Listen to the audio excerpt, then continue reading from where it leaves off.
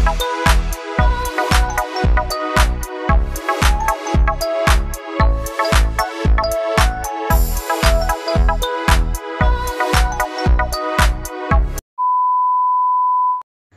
Everyone, good morning. কেমন আছেন সবাই? Welcome back to my channel. তো আমার নাইট শেষ হয়েছে আজ আমি বাড়ি যাচ্ছি। এখন আছি মুচিপাড়া বাস স্ট্যান্ডে। ওই যে বর্ধমান যাওয়ার বাস আমার চলে এসেছে। কখনো কখনো আমি ট্রেনেও যাই, কিন্তু আজকে ট্রেনটা সেরকম অ্যাভেলেবেল ছিল না বলে আজ বাসেই চলে যাচ্ছি। দুর্গাপুর থেকে কোনোভাবে বর্ধমান চলে গেলে তারপরে ওখান থেকে বাস ট্রেন দুটোই খুব অ্যাভেলেবেল থাকে, যেতে কোনো অসুবিধা হয় না। কিন্তু এখান থেকে কখনো কখনো ট্রেন বলুন বাস বলুন কখনো কখনো পাওয়া যায় না, তখন একটু সমস্যা হয়। বর্ধমান পৌঁছেছি ওই 10টা 10 নাগাদ। ওখান থেকে আমি আবার তেলিপুকুরের বাস ধরেছি। এখন ওই বাসেই আছি।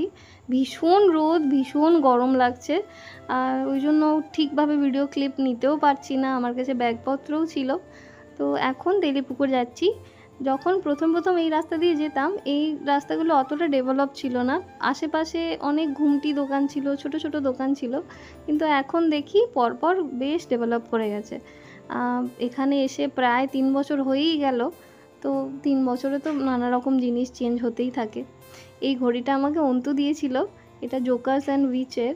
ও বেশ কয়েকদিন হলো আমায় গিফট করেছে, আর আমার খুবই পছন্দের ঘড়ি এটা। এখন আছি বর্ধমান স্টেশনের কাছাকাছি, আর এর আশেপাশে একটা জায়গায় দেখলাম বেকারির বেশ বড় একটা বাজার বসেছে। ওখানটায় আর ভিডিও নেওয়া হয়নি। ওই যে বর্ধমান জাংশন লেখা আছে, ঘড়িতে বাজে 10টা 34। চলুন এখান থেকে আবার তেলিপুকুর যাই। চলে এসেছি তেলিপুকুরে। এটাই হচ্ছে তেলিপুকুর বাস স্ট্যান্ড।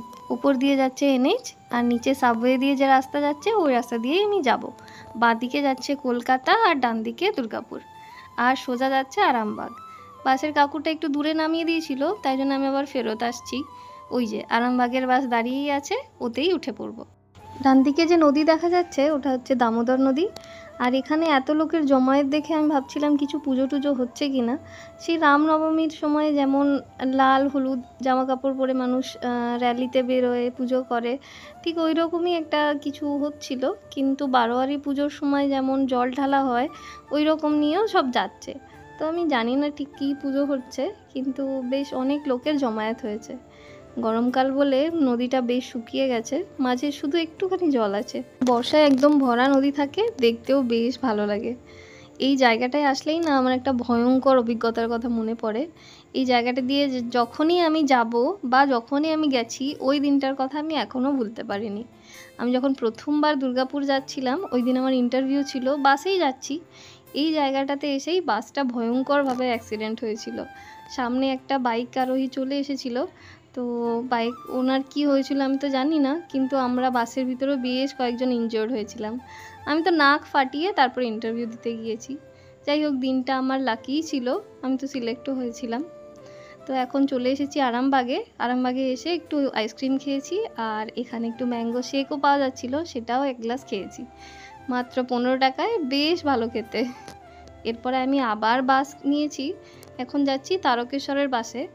আর এই বাসটায় প্রচুর ভিড় ছিল, ওই জন্য সেরকম ভিডিও তো নেওয়া হয়নি। তারপরে ওখান থেকে সোদপুরে নেমেছি, ওখান থেকে কিছু ফল মিষ্টি কিনে এখন টোটোতে করে বাড়ির রাস্তায়। প্রায় কাছাকাছি চলে এসেছি, বেশ অনেকটা দুপুর হয়ে গিয়েছে, প্রায় 2টো বাজে। তাই রাস্তাতে লোকজন সেরকম দেখাও যাচ্ছে না, খুব রোদ গরমের দিন। আর এটা হচ্ছে আমাদের এখানের ল্যান্ডমার্ক, আমাদের কৃষক বন্ধু কোল্ড স্টোর। যদি কাউকে কোনো ঠিকানা বলতে হয় বা অনলাইনে কিছু অর্ডার করি, তাহলে এই জায়গাটা তো মেনশন করতেই হয়, তবেই তারা বুঝতে পারে।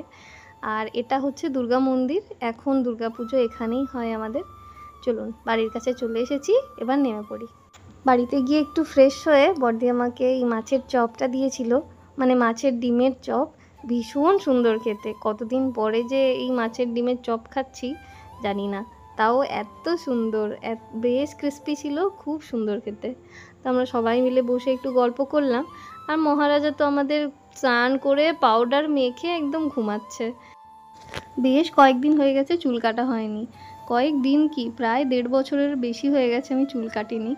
সেই দিদির বিয়ের সময় কেটেছিলাম, তারপরে তো আর কাটাই হয়নি। তাই বাপিকে বলেছি একটু চুলটা কেটে দিতে। এখন চুল কাটা হয়ে গেছে, আগে তো আর দেখাতে পারিনি কতটা লম্বা ছিল। এটা চুল কেটে দিয়ে এতটা আছে। আর ছোটোবেলা থেকে বাপিই আমার চুল কেটে দিত।